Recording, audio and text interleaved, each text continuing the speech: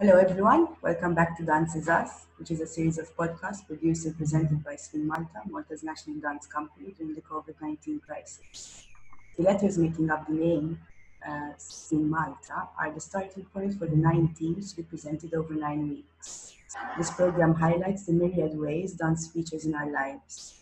It's also an opportunity to draw in the opinions, ideas, and perspectives of many voices in our cultural ecology. We'll be talking to dancers and choreographers as well as artists working in other disciplines, policymakers, curators, writers, directors, and thinkers.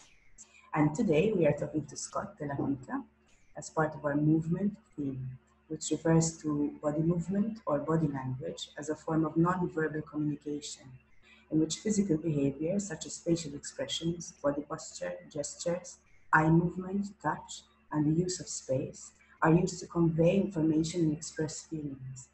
Scott is a writer, researcher, and an academic who has now organized a range of international projects, bringing performing arts with a focus on choreography into conjunction with other disciplines and practices.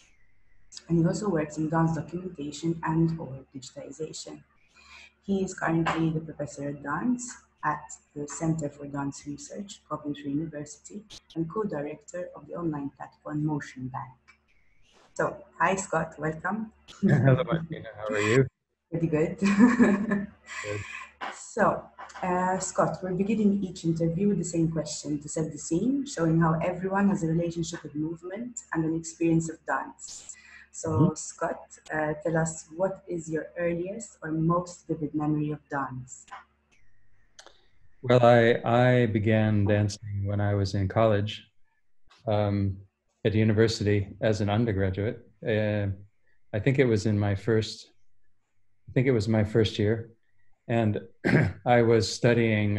I wasn't studying the arts. I was studying medicine at that time, or biology, chemistry, and but had always been interested in theater, um, and dance, and so I began taking some extra dance classes that you could take alongside your other courses, and some of them were technique movement classes. I liked movement a lot. I was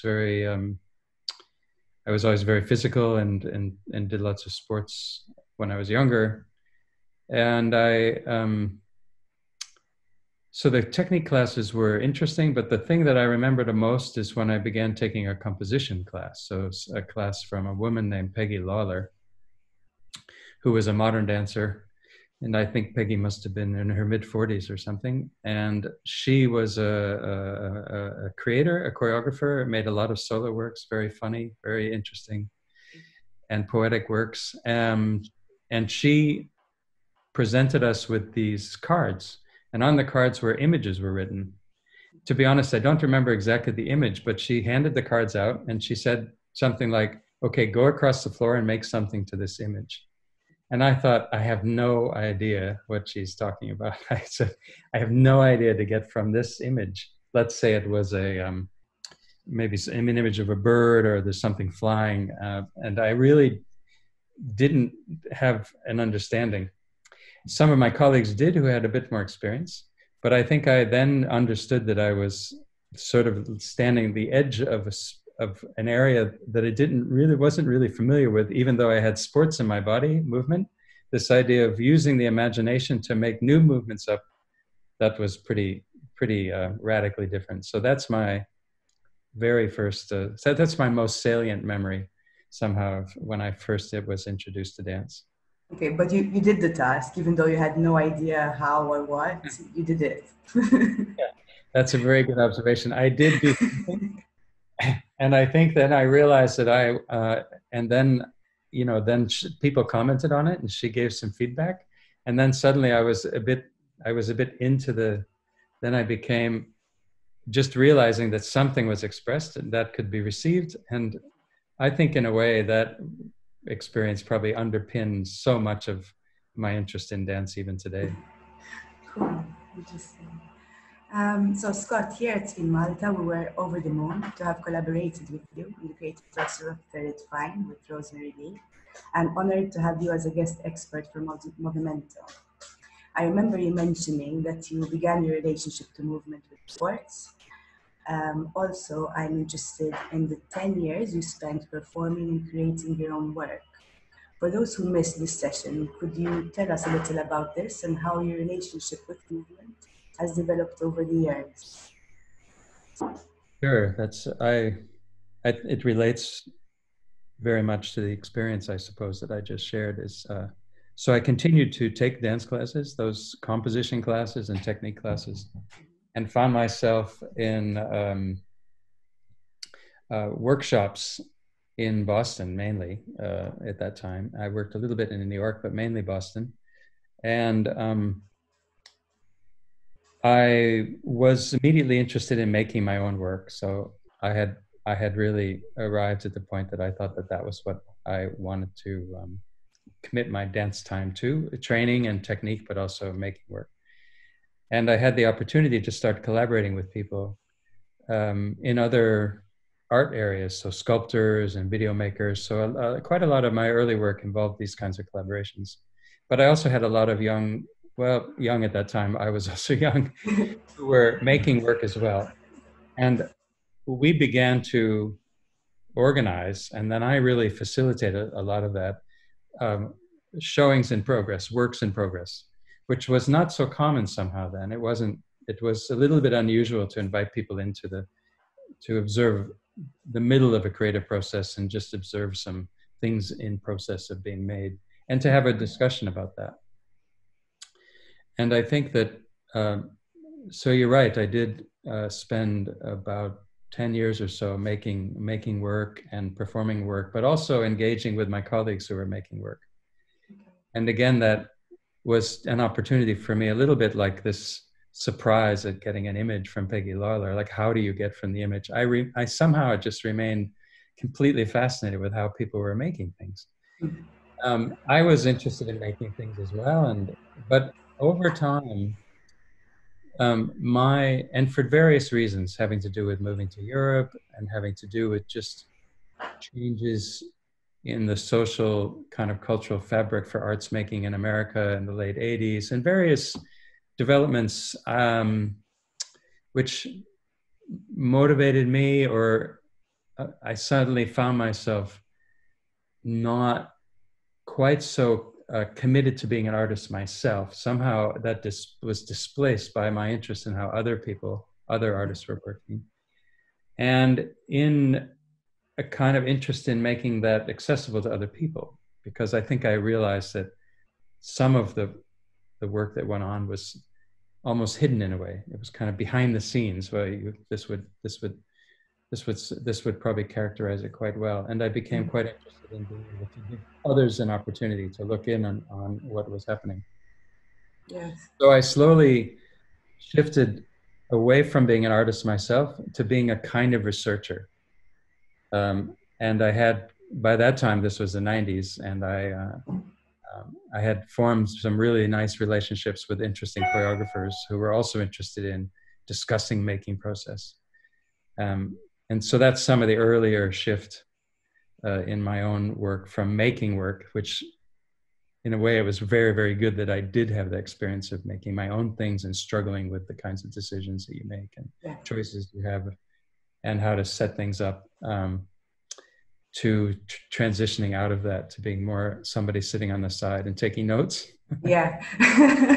I was going to ask you how you felt about making your own work, because I know that it can be really tough. And I think one of the beautiful things about exposing the process to other people, to audiences, I think it opens up more, it just opens up a whole other world for people who would like to engage more with dance as a performance. So yeah, makes sense. You know, it's true. There wasn't, making work is not easy. I'm a big admirer of Will Rosie, somebody that we both, Rosie, who made the work on Zen Malta. Yeah. I think this particular combination of confidence, trust in your own ideas, being able to set up relationships with other people where they also trust you, especially for their choreographer. There are so many, especially in dance, there are so many there are so many interpersonal dynamics going on all the time, Yes, which it becomes almost material that you need to work with. It's not just like a body shape. And exactly. some choreographers, maybe they work with just body shapes and they're very perhaps even dictatorial in some sense. But I've been more interested in the kinds of makers who really spend a lot of time communicating with the people, with whom they collaborate to make the work. But yeah, making is a real challenge. Yeah, we can agree on that. So, with my own personal experience of being a professional dancer, I feel that the study and practice of dance has opened up so many doors for me in other fields of the arts and even beyond. I feel in general that dancers don't just dance. I may go as far as to say that dancers are some of the most versatile artists and creatures, as movement features in so many other disciplines. In the local context, many people struggle to understand the value of the dance discipline beyond just dancing, which perhaps discourages local interest in taking up dance as a career. In your bio, there is a reference to your focus on choreography in conjunction with other disciplines and practices. Would you describe your own personal experience of the multifaceted relationship of dance with other disciplines and practices? Sure. I guess it's easy enough to move on from discussing, well, sitting on the side of the studio and watching people make dances that I had through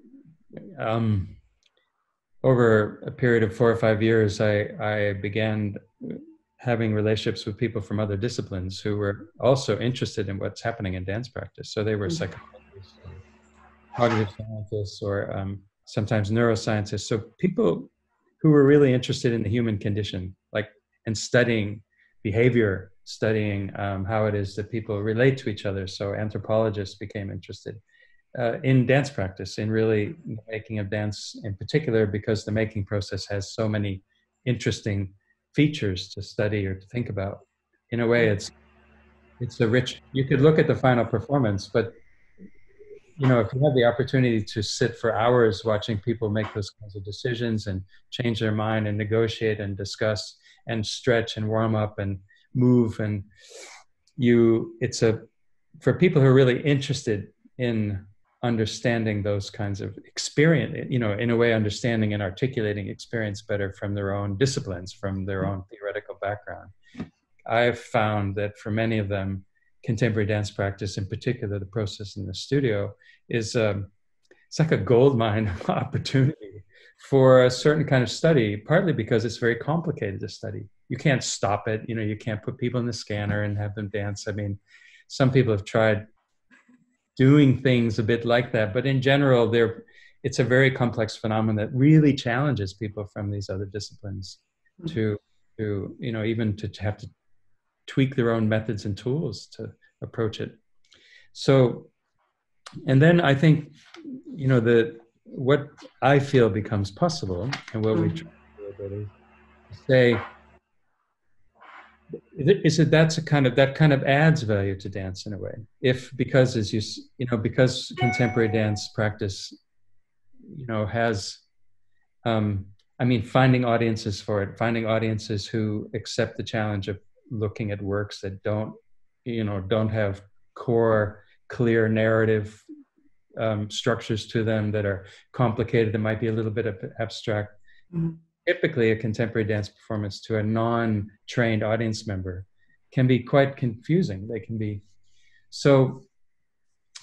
Being able to, in a way, share with them, or generally with audiences, that there are these people from these other intellectual disciplines who are completely interested and fascinated by what happens in the context of dance practice, I've always thought was a good way of kind of adding to the value of dance. And have been lucky enough to have been in some really long-term relationships with a handful of other people from other disciplines who are studying dance. Could you mention a couple of I don't know, disciplines that, I mean, you mentioned anthropology, perhaps psychologists, if I remember well. Yeah. There are, for example, there's a professor of cognitive science in California, is University of San Diego. And with the Wayne McGregor company, Random Dance at that time, we had a residency there. Wayne had a company of, I think, roughly 10 people, I guess, and they were making a new work. And David was interested, he's interested in this topic of distributed cognition. So how is it that a group, that cognition doesn't exist in the mind of one person, it's something that's shared, that people relate to each other and coordinate in the context of making dance in such a way that the cognition is something that's distributed amongst the group rather than just being inside one person.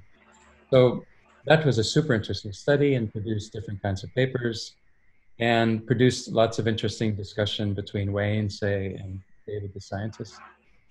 And the other person I worked with a lot was a cognitive psychologist, Phil Barnard, who was very interested in the use of, in how it is that we process imagery in a way in the mind, but also in the body. So how is it that imagery is processed? And he doesn't mean just visual imagery, but oral, kind of sound has an image related to it. Movement has a kinesthetic image. Images are possible. And he did a lot to help us understand how. You remember my first question with Peggy Lawler? How do Yes, I exactly. movement? Phil did a lot to help us understand how imagery might get translated into movement in a non-linear way. Yeah. So it's like you don't just have a line and you make a line, but you have a line and you respond to the line in different ways. And he helped us see how this could be described more precisely. And with Phil, we developed some really interesting toolkits for children, actually, working in schools, to help them use their imagination more in creating material. Which I think is another way of encouraging people to see that dance is not, sometimes the tendency is to see dance as a purely physical activity or purely intuitive or more emotional, intuitive and physical. And it is, and that's part of what makes it fantastic. But I think it's also interesting to recognize the intellectual dimension or the cognitive dimension, the kinds of decision-making processes that go on and the way that thinking, it's not just one or the other, but the thinking can take place through moving. It can be, the knowledge can be achieved through sensing. And that is another way of trying to remind people or draw awareness to how it is that our bodies and our minds are deeply interconnected for all of us. And that we have the tools to discuss those, that part of experience and to, and that we can learn from dance in that way as well. Yeah, I was thinking about the idea of cognition. We're talking about in the devising process. That's interesting that you are looking at the way the devising process can happen through a whole body of people. Yeah. And that's because many times I struggle when people ask me, "What do you mean devise?" It's interesting that you can access material that helps you explain how a devising process can happen or analyze how it can happen and how it brings out kind of thinking in unity, but not really in unity, but thinking how an idea comes out of a body of people. Yeah. And that's a really important part of creating work within dance. I think especially maybe. Yeah. Definitely. We have established that you are interested in learning more about how an artistic work gets made and communicating this to others. Could we now focus on the ways in which you communicate this to others? Are there some really unexpected places this research has taken you? Sure. I think then some of the projects, say, for example, when I just mentioned working with the psychologists who helped us understand how imagery could be used in creating dance material and creating exercises for kids. So in a way and we created a box set. So there's a bunch of cards and it's been published as something called Mind and Movement. And I don't know if it's still available, but it was a little toolkit that people could access and use in the classroom. So you could say that is communicating something about Wayne McGregor's process and the company. So but it's also providing people with some of the tools that have been, how would you say, kind of drawn from that process. That does communicate, but then what we've done also is to try and develop ways in which audiences or people who are interested can approach, let's say, the knowledge that's in dance through some form of publication. And so the idea is that publication very broadly can be understood very broadly. So it could be an online website, could be a publication, a DVD-ROM might be a publication, a book, of course, would be the more traditional form, or a film.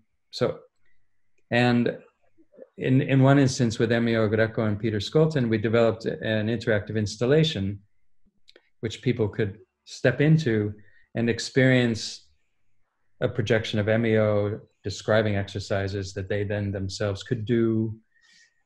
So we tried many different formats, and a number of them, as you can tell from my description, used interactive digital media. Yeah.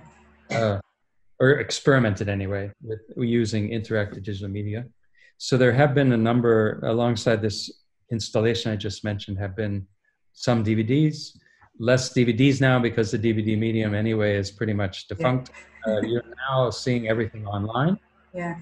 And we worked over a number of years, probably I would say for 7 to 9 years, on a handful of quite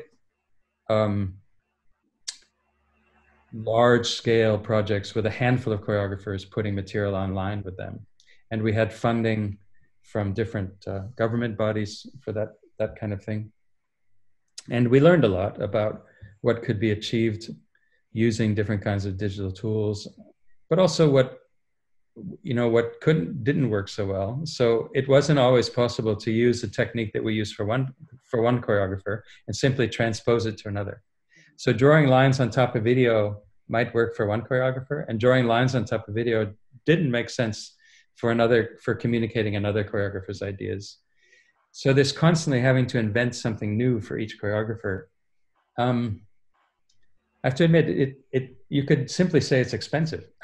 Yeah. At some level, you could simply say, it's super interesting research, but if you want to then share those methods with others, and you want to say, we don't want to just only document 7 choreographers worldwide. We'd like to be able to allow or give support to many artists, give them the opportunity to document their work and share it somehow, to publish it somehow. And so I think you kind of asked me about unexpected places the research has taken me. And I would say that 8 or 9 years ago, I think we were trying out kind of unusual, radically experimental things with digital technologies involving programmers and designers and like teams of people. And I didn't really expect, and I don't know whether I could have foreseen it, but I didn't quite expect that kind of at the end of this period of work, we would be developing a single tool that allows you to annotate video. And that's all it does. Wow. But it's a tool that anybody can use. It's super simple to use. All it does is it invites you to decide that there's something important in your video that you want somebody to pay attention to besides just watching it. So you say, at that moment, something's happening, and you describe it, you can give it a name. And it allows people to jump to that moment in the video. You might link it to a different moment in the video and say, here are 3 instances of that thing happening.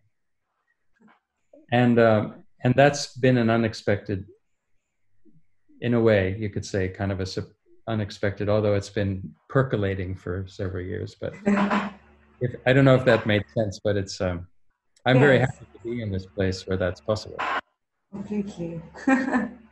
Well, it's a tool. Go ahead. Say. Well, the projects we did online are still available. Yes. So you can see the larger projects, but they can also start to see some of the other kinds of projects that are being developed by artists using just the annotation tool and things like that. So it's called the annotation tool. It's called Peacemaker, actually. Peacemaker. Wow. It was based on a software that Bill Forsyth used for his own company in the between 2006 and 2012. Cool. Okay, so Scott, in a previous interview with Spin, you spoke about the concept of embodied knowledge. Now, to me, this refers to the pieces of my own experiences which are unconsciously archived and carried within my body, and perhaps the basis of my physical psychology, which is a word I just made up. And by this, I'm referring to my instincts, my actions, my reactions, and even my posture. Do I do the term embodied knowledge justice? I just I hit the wrong button and I minimized your window, so I'm trying to figure out. Doesn't matter. The so the question is, do you? I think that you embodied knowledge. I have colleagues who sometimes say to me, "What does that mean?"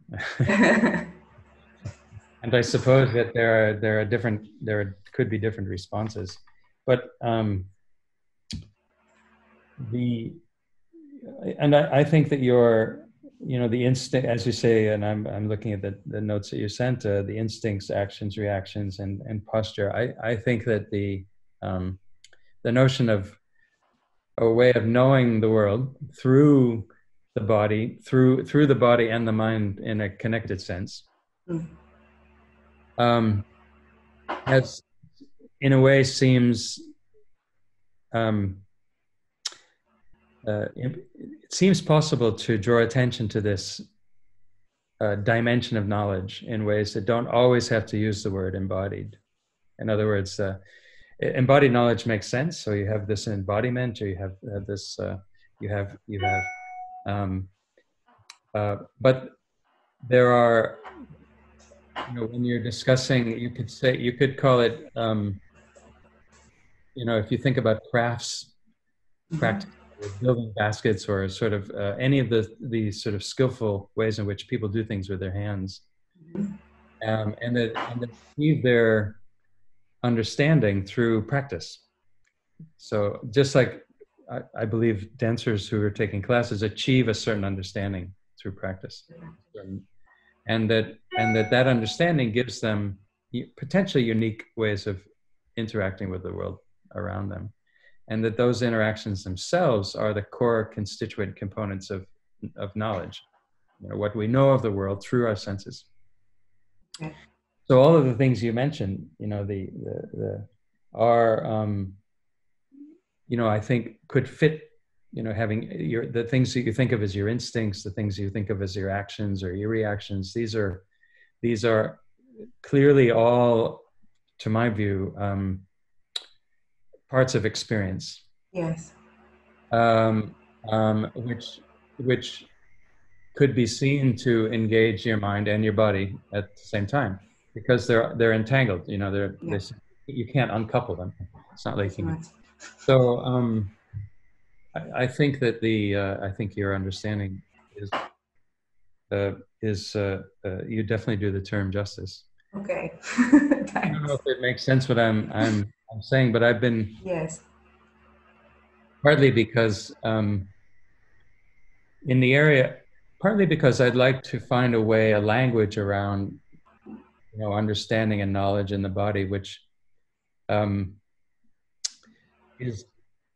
can really be kind of not claimed isn't the right word, but say dance practice, the way in which things are known, the way that things are understood, might be informed by philosophers who are interested in embodiment. So embodiment in philosophy you'd have a certain reading list, right? Yes. You've been working on it, or embodied cognition or situated cognition. You'd have a reading list of scientists like David Kirsch who have been working on ideas on this.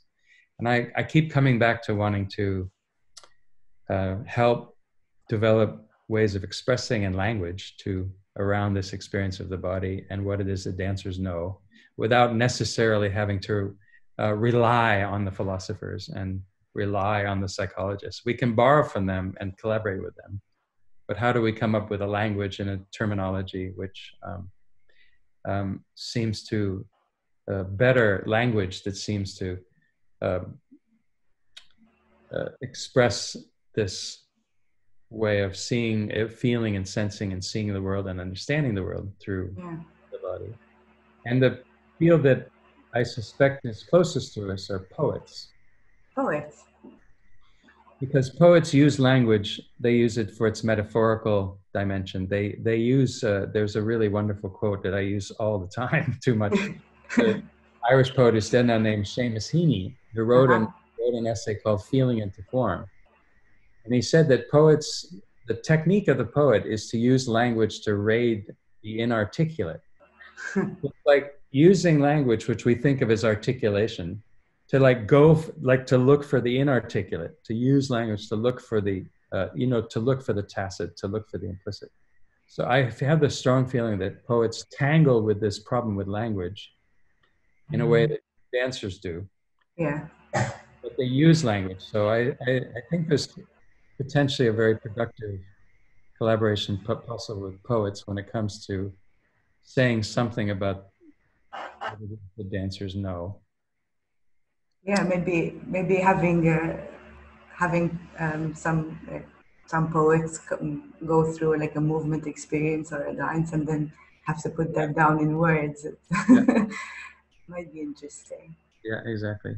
That's interesting. Okay. So I'm skipping back to Threaded Fine, durational work in which 24 solos are performed like a relay, one after the other, starting with the youngest dancer and ending with the oldest. As an observer in this choreographic space, are there any new reflections on the concept of embodied knowledge that you'd like to share?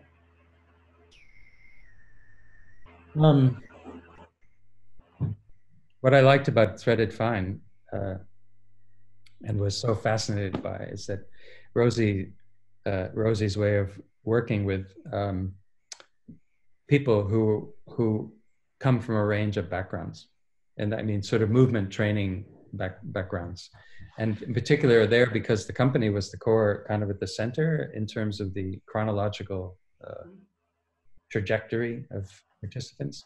Yes. Has their own, but then we had, I think, 13 people or so who came from different backgrounds. Some had a bit of dance, some, and so watching Rosie work with them together. So she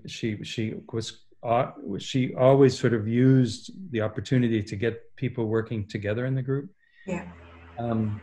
But I think in particular, because Rosie taught them all the same, what was considered to be the same solo. Yeah. So in the context of this creative process, there was no movement generation. So they weren't making movement material. So I'm used to watching people make movement material. So here, take this image and make something I haven't seen before. Oh, that's great. Now here she came in and said, no, here's the material. So you're going to learn this, but you're going to make it your own. And that's really where your unique, quality and the person who you are will come out through this solo, and the solo then will be yours. It won't be my solo. It will be. And that was fascinating. That was, as I think you may have mentioned or will mention, that we documented in the studio, recorded people who were learning the material, and we focused a lot on the language that Rosie was using. Again, kind of this interest in poets and language. Yeah, I was going to bring it up, in fact. You're going to see that language that Rosie would use particular words or images, really depending on the person. So you had the feeling that here was an artist who, was adapting to the situation of the moment, watching people, encouraging them, learning from them, and then giving back to them ideas for how they might further develop for themselves. Mm-hmm. Constantly trying to keep the kind of the judgment part, this isn't right or wrong, but to encourage people to find something for themselves that they themselves felt was right. So you have this, rather than right or wrong, you have this sense of that felt right, a rightness. You're kind of going for that rather than a wrongness. Yes, exactly. And I think that it's the first time I've observed an artist like Rosie working closely working this way. So it was a really it gave me an opportunity to think a lot about language and in new ways. So that was a great gift for me. I think for me, one thing that was really special was watching the embodied knowledge in every single participant, and I realized that age has nothing. Maybe it has, but to me, like I saw embodied knowledge in the youngest participant. Like it was so beautiful to watch. Like so, we're kind of, I don't know, born already with something already there, and I think everyone is, and then it's a matter of how you tap into it, when, if, Yeah. and how you engage. Yeah. Engage with the world. Yeah, it was fascinating. Beautiful. Yeah, really interesting. Now, what about embodied knowledge in the midst of the coronavirus pandemic? How would the ghosts of past, present, and future talk about embodied knowledge at this current time, do you think?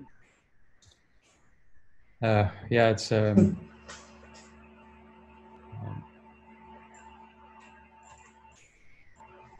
I think it's very challenging. We of course, I think there's no question that that this.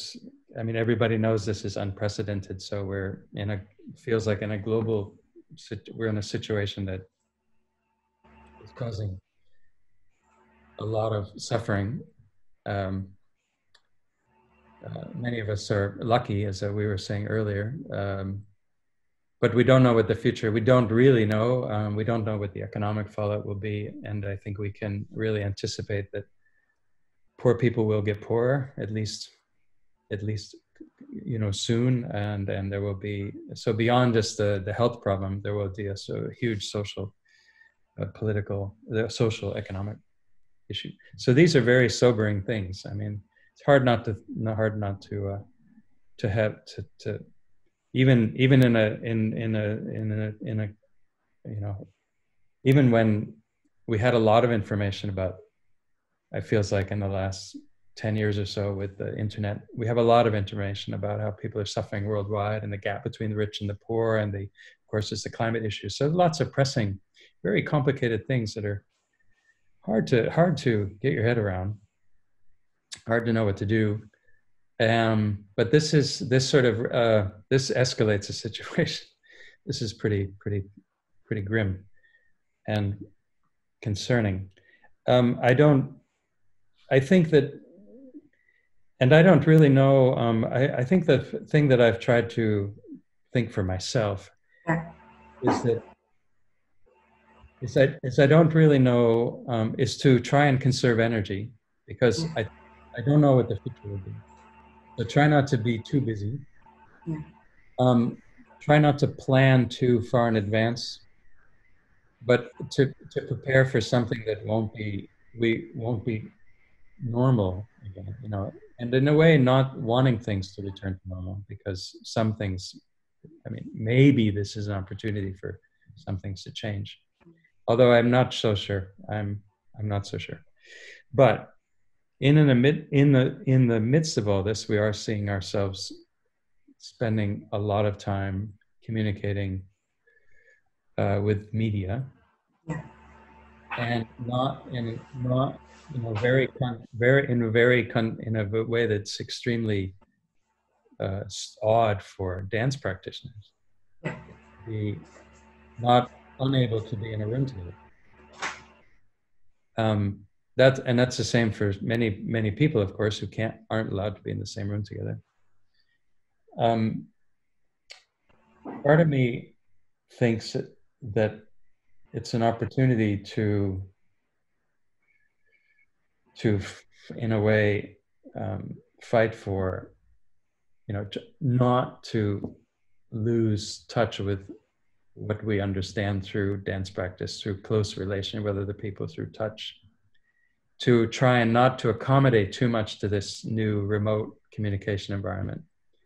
to be aware that we're being, we're streaming through Zoom, we're putting things on YouTube, we're using Google now. There are all kinds of privacy issues. There are all kinds of, we're getting closer to the machine, when in some ways that the way that technology is evolving, we might be taking more distance.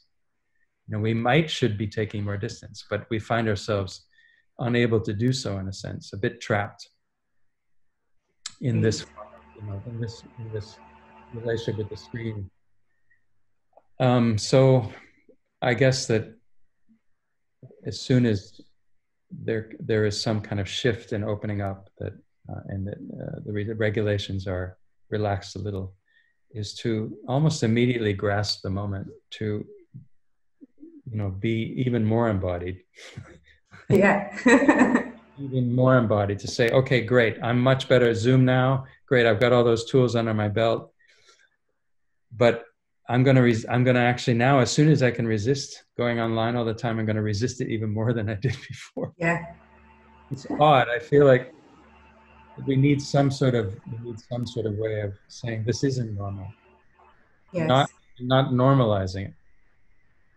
Because I fear that we're very adaptive as social creatures. We will normalize it. Just like we normalize social media, Facebook, Exactly. Twitter, it all became small devices, everybody on there. It's already been normalized to a degree. And this I just question whether this will increasingly normalize that for us. And I would say that that's something for those of us who are been looking at bodily practices and trying to think about what they add to the human experience, are probably in a position, or could be in a position, to argue for that to be the norm. Yeah. And not instead of the opposite. So that's a bit how I feel. Yeah. It's like it's a time to reconsider. If I can try to sum up. It's a time to reconsider our relationship to ourselves and our bodies, and more our minds and spirits, and a time to reconsider or step back and evaluate our relationship to the machine, and maybe take steps forward or not from there. Yes. Yeah. No. um, yeah. Okay, thank you, Scott. That was really cool.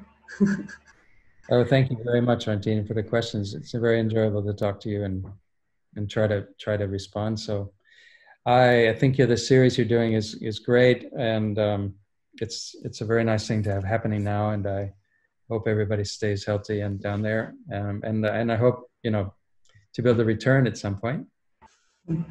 Same here. We hope to see you soon.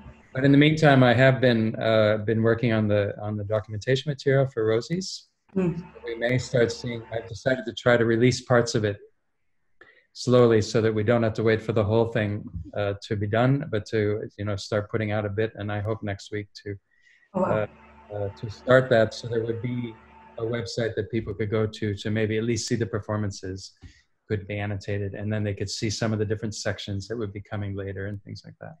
Amazing. Really looking forward to that. You guys soon. All right, give my best to everybody there. Do. Take care. All right, bye-bye. Ciao, ciao.